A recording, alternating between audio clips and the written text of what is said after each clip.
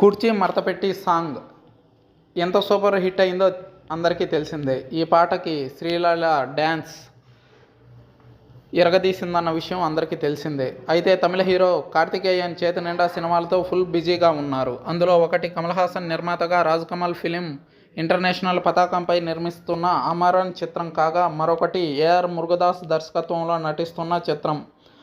అమరన్ చిత్రంలో శివకార్తికేయన్ సైనికుడిగా పవర్ఫుల్ పాత్రను పోషిస్తున్నారు. సాయి పల్లవి హీరోయిన్గా నటిస్తున్న ఈ చిత్ర షూటింగ్ చివరి దశకు చేరుకుంది. ఏఆర్ మురుగదాస్ దర్శకత్వం నటిస్తున్న SK23 చిత్రం షూటింగ్ ఇటీవలే ప్రారంభమైంది. ఈ రెండు కమర్షియల్ ఫార్మాట్లో రూపొందుతున్న యాక్షన్ ఎంటర్టైనర్ కథా చిత్రాలు కావడం గమనార్హం. ఈ క్రమంలో 2 రోజుల క్రితం శివకార్తికేయన్ టాలీవుడ్ హీరోయిన్ శ్రీలీలతో డ్యాన్స్ చేశాడు. వీళ్ళు డ్యాన్స్ చేసింది సినిమాలో కాదు, ఓ స్టేజిపై. ఇటీవల తిరుచిలోని ఓ కళాశాలలో జరిగిన కార్యక్రమంలో అతిథులుగా పాల్గొన్న శివకార్తికేయన్, శ్రీలీల గుంటూరు కారంలోని